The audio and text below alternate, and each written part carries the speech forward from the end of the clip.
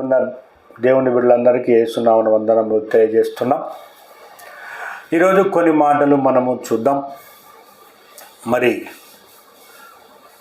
యెషయా గ్రంథము 55వ అధ్యాయము. యెషయా గ్రంథము 55వ అధ్యాయము మొదటి నుంచి చదువుకుందాం. ఒక 2 మాటలు చదువుకుందాం. దప్పికొనిన వారలారా నీళ్ళ యొద్దకు రండి, రూకలు లేని వారలారా మీరు వచ్చి కొని భోజనం చేయుడి. రండి, రూకలు లేకపోయినను ఏమీ ఇయ్యకయే ద్రాక్షరసమును పాలను కొనుడి. ఆహారం కాని దాని కొరకు మీరేలా రూకలిచ్చెదరు?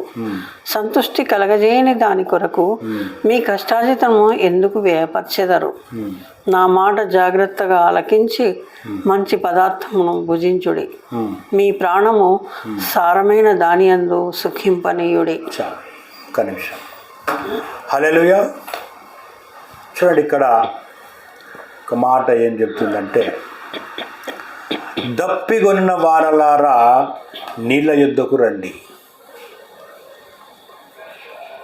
చూడండి, అందరికీ దాహం ఉందా లేదా? శారీరకంగా మనం దాహం అయితే ఎక్కడికి పోతాం?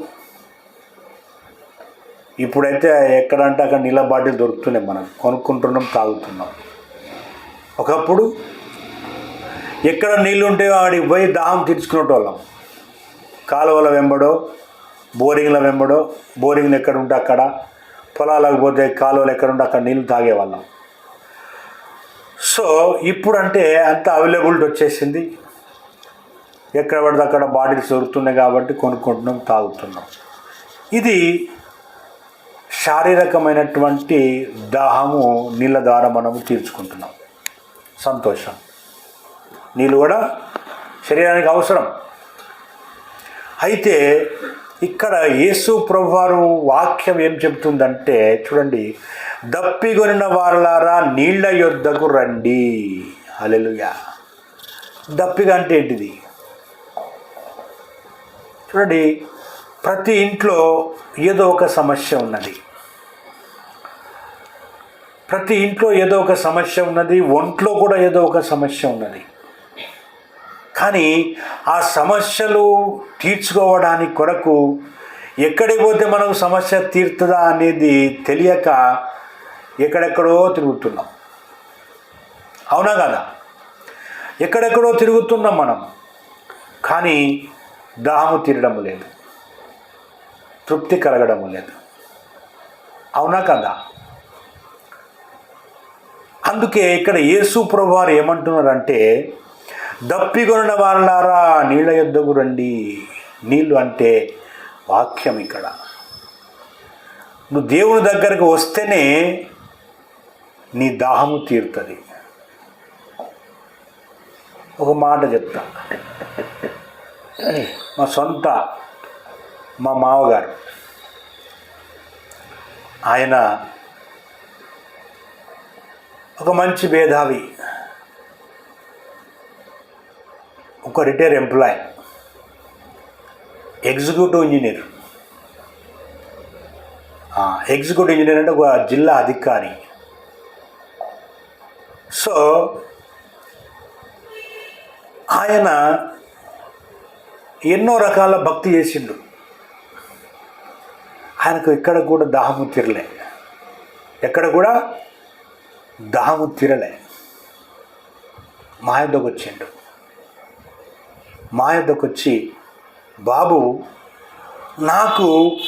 నేను ఎంతోమంది భక్తులను కలిసిన, బాబాలను కలిసిన, ఎక్కడ కూడా ఈ ఆత్మల జ్ఞానము తెలియడం లేదు. నాకు దీని విషయంలో మీరు చెప్పాలి అన్నాడు ఆయన. హల్లెలూయా. హల్లెలూయా. ఏమి జ్ఞానము? ఆత్మల జ్ఞానము. ఈ ఆత్మ జ్ఞానములో ఎదుగుతేనే అసలు ఏమిటి సంగతి అనేది అప్పుడు తెలుస్తుంది. ఆయన మా దగ్గరికి వచ్చి మా దగ్గర ఒక 2 నెలలు ఉండి కొంత జ్ఞానం సంపాదించుకున్నాడు ఆయన. హల్లెలూయా. అప్పుడు ఆయన ఒకటే అన్నాడు, అయ్యా మీ భక్తి కరెక్ట్ అన్నాడు. ఏమన్నాడు? మీ భక్తి కరెక్ట్ అన్నాడు ఆయన. ఆయన చాలా బిరుదులు ఉన్నాయి. ఆయన ఒక రిటైర్డ్ ఎంప్లాయీ, చదువుకున్న వ్యక్తి, ఎంటెక్ గోల్డ్ మెడలిస్టు, చాలా బిరుదులు ఉన్నాయి ఆయనకు. అటువంటి వ్యక్తి మీ భక్తి కరెక్ట్ అన్నాడు ఆయన. ఒకటే మాట, మీ భక్తి కరెక్ట్ అండి అన్నాడు. అంటే ఆయన దాహము ఎక్కడ తీరింది? యేసయ్య దగ్గరికి వచ్చినాకనే ఆయన దాహము తీరింది. హల్లెలూయా. చూసిందా?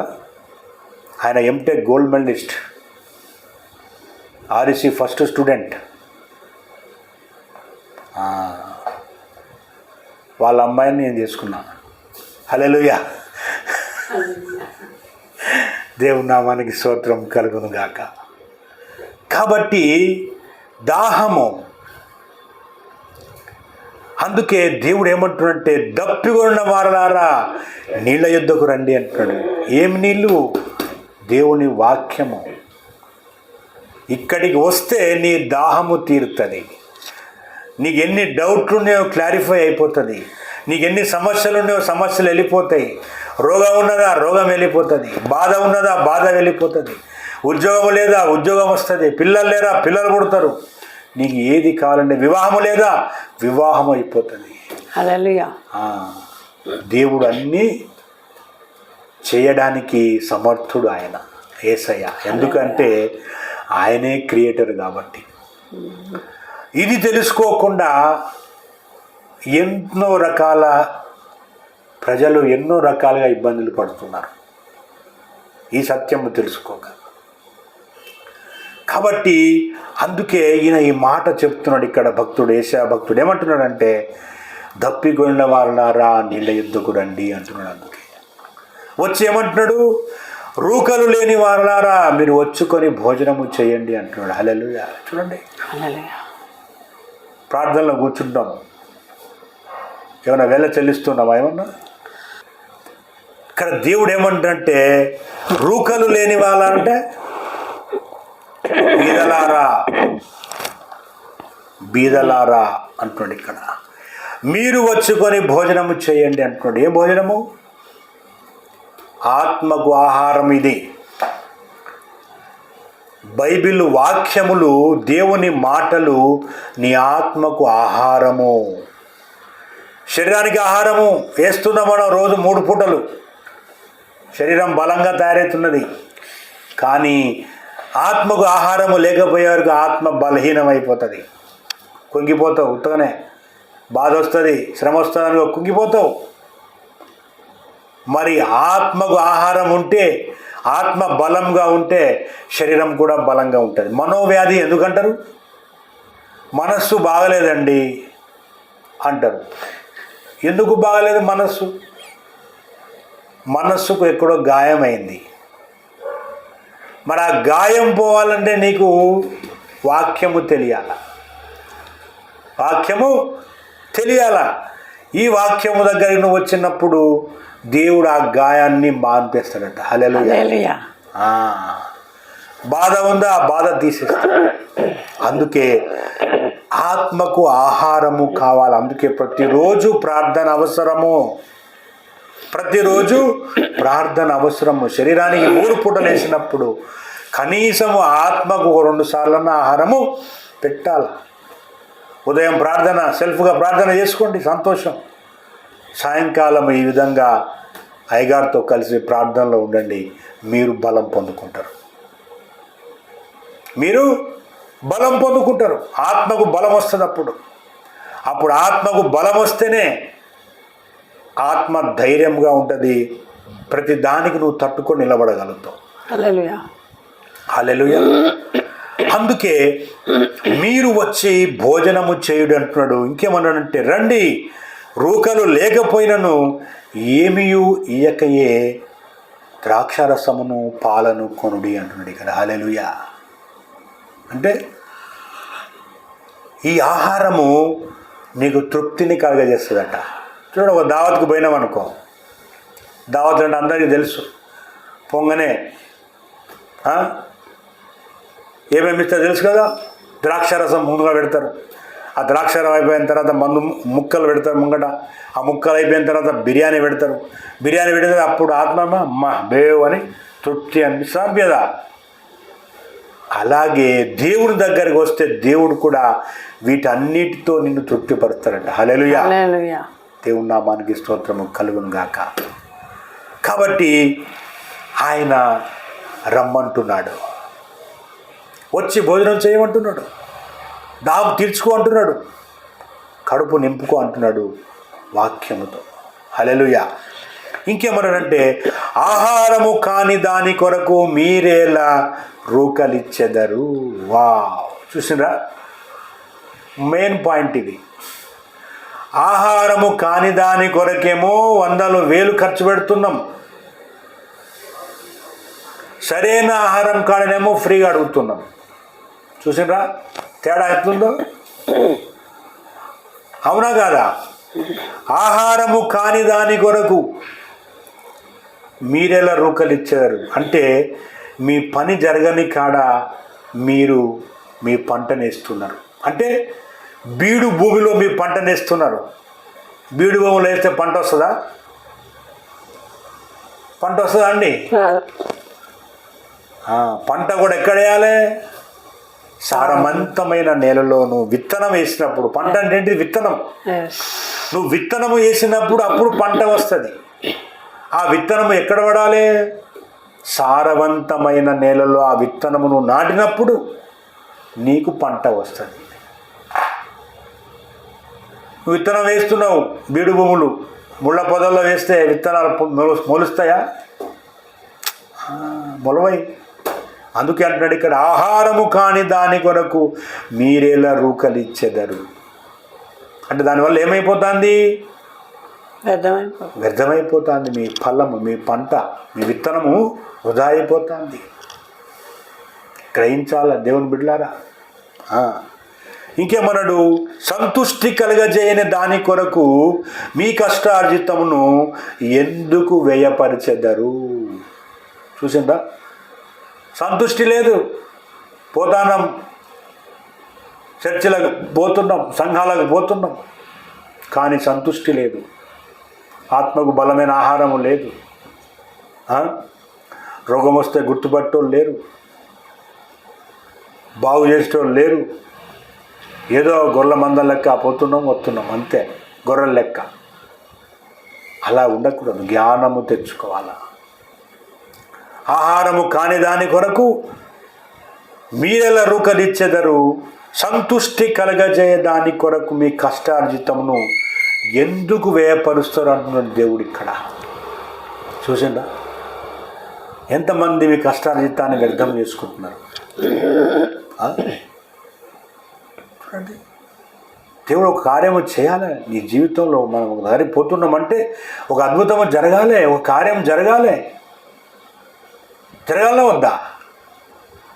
అప్పుడే నీ ఆత్మకు తృప్తి, నీ శరీరానికి బలము, నీ ఆత్మకు బలము, ఆరోగ్యము, నెమ్మది, శాంతి, సమాధానం ఇవన్నీ కావాలా వద్దా? కావాలి. అందుకే నిన్న ఏం చదువుకున్నాం మనము? లెస్ అయిన జ్ఞానము సంపాదించుకోవాలట. నా ప్రజలు జ్ఞానము లేకనే నశించిపోతున్నారు అన్నాడు. ఏమి లేక అన్నాడు? జ్ఞానం లేకనే అన్నాడు. జ్ఞానాల్లో చాలా రకాల జ్ఞానాలు ఉన్నాయి. చాలా రకాల లోక జ్ఞానం వేరు, దైవ జ్ఞానం వేరు, లెస్స జ్ఞానం వేరు, మళ్ళీ లెస్ అయిన జ్ఞానం వేరు.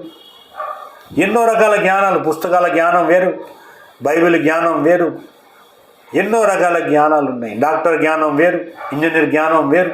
అవునా కదా? మరి ఇక్కడ కూడా బైబిల్లో కూడా రకరకాల జ్ఞానాలు ఉన్నాయి. అందుకే లెస్ అయిన జ్ఞానము అన్నాడు. దాంతోపాటు ఏమన్నాడు? వినయము అన్నాడు. మళ్ళా ఆ జ్ఞానానికి ఏం కావాలంట? వినయము. పాలుకి ఏం కావాలి? తోడు కావాలంటే కొంచెం పెరుగు ఉండాలన్నా వద్దా? పాలకు కొంచెం పెరిగేస్తేనే తోడవుతుంది. అలాగే నీ లెస్ అయిన జ్ఞానానికి ఏం కావాలంటే మళ్ళా వినయం. వినయము కావాలి. ఈ వినయము లేదనుకో ఈ జ్ఞానం మళ్ళీ వ్యర్థమైపోతుంది. వినయము చాలా అవసరం దేవుని రాజ్యంలో. నువ్వు వినయంగా ఉండాలా, తగ్గించుకోవాలా. ఎంత మాట్లాడో అంతే మాట్లాడాలి, ఎక్కువ మాట్లాడకూడదు. జాగ్రత్తగా ఉండాలా, జ్ఞానంతో ఉండాలా, వినయంతో ఉండాలా, స్వస్థ బుద్ధితో ఉండాలా. దేవుని గుణాలను అలవాటు చేసుకోవాలా. అప్పుడు దుష్టుడు నేను ముడుక్కుంటాడా? అస్సలు ముట్టుకోడు. యేసుప్రభువు వారు ఒక మాట అంటారు, ఇదిగో లోకాధికారి వచ్చుచున్నాడు, వానితో నాకేమీ పని లేదు, పదండి అంటాడు. అంటే ఏంటి దాని అర్థము? యోహాను సువార్తలో ఉంటుంది ఆ మాట. దాని అర్థం ఏంటిది? వాడికి సంబంధించింది నాలో ఏమీ లేదు కాబట్టి లెగండి మనం వెళ్ళిపోదామంటాడు. మరి దుష్టుడికి సంబంధించిన మనలో ఉంటే మరి వాడు వచ్చి మనల్ని అడగడా? మనం పట్టుకోడా? మనకి ఇబ్బంది చేయడా? చేస్తాడు. అందుకే దేవుని గుణాల్లో ఎదగాల, దేవుని గుణాల్లో ఎదగాలి. అందుకే సంతుష్టి కలగజేయ దాని కొరకు మీ కష్టార్జితం ఎందుకు వేపరచెదరు? నా మాట జాగ్రత్తగా ఆలకించి. ఎవరి మాట? యేసయ్య మాట. యేసయ్య మాట జాగ్రత్తగా ఆలకించి మంచి పదార్థము భుజించుడి, అప్పుడు మీ ప్రాణము సారవంతమైన దాని యందు సుఖింపనీయుడి అంటున్నాడు ఇక్కడ. హల్లెలూయా. దేవుడు ఏం కోరుకుంటాడు? నా బిడ్డలు సుఖంగా ఉండాలని కోరుకుంటున్నాడు. ఆయన కూడా బాధపడాలని కోరుకుంటలేడు దేవుడు. మనమే జ్ఞానము లేక బాధలు తెచ్చుకుంటున్నాం. మనమే జ్ఞానము లేక బాధలు తెచ్చుకుంటాం. కాబట్టి బిడ్డలారా, జ్ఞానములో ఎదగండి. నా ప్రాణము సారవంతమైన దాని యందు సుఖింపనీయుడి. 3వ వచనం కూడా చదవమ్మా. చెవియొగ్గి నా యొద్దకు రండి. ఏమంటున్నాడు ఇక్కడ? మనము చెవియొగ్గి ఆయన దగ్గర రావాలన్నట. మీరు వినిన ఎడల మీరు బ్రతుకుదురు. హల్లెలూయా. నేను మీతో నిత్య నిబంధన చేసేదను. దావీదుకు చూపిన శాశ్వత కృపను మీకు చూపుదును. చూడండి, అబ్రాహాముతో దేవుడు నిబంధన చేసిండు. అబ్రాహాముతో శాశ్వత నిబంధన చేసిండు ఆయన. భూలోకములోని వంశములన్నీ నీ యందు ఆశీర్వదించబడతాయి అన్నాడు. హల్లెలూయా. ఇదేంటిది? శాశ్వత నిబంధన. ఇక్కడ ఇప్పుడు మరి దేవుడు కూడా మనతో శాశ్వత నిబంధన చేస్తాడట. ఇప్పుడు మనకి ఎటువంటి నిబంధన చేస్తాడట? ఆయన దావీదుకు చూపిన శాశ్వత కృప చూపెడతాడట మనకు కూడా. హల్లెలూయా. చూడండి, దావీదు కృప ఇచ్చిండు. అందుకే దావీదు పొరపాటు చేసినా క్షమించి శాశ్వత కృప అనుగ్రహించిండు. యేసుప్రభువు ఏ గోత్రం నుంచి వచ్చిండు? దావీదు వంశంలో ఉండే వచ్చిండు ఆయన. అబ్రహాము కుమారుడైన దావీదు కుమారుడని పిలువబడ్డాడు యేసయ్య. అంటే శాశ్వత కృప. మరి మనము యేసయ్య దగ్గర మనం ఈ విధంగా ఉంటే మనకు కూడా దేవుడు దావీదుకి ఇచ్చినటువంటి శాశ్వత కృప అనుగ్రహిస్తారంట. హల్లెలూయా. కాబట్టి ప్రియ దేవుని బిడ్డలారా, ఆలకించండి, నేర్చుకోండి, జ్ఞానము కలిగి దేవుని గుణాలు అలవర్చుకొని మరి దేవుడి మాట చెప్పినట్టుగా మీరందరూ దావీదు యొక్క శాశ్వత కృపలో యేసు నామములో మీరు ఉందురుగాక. ఆమేన్.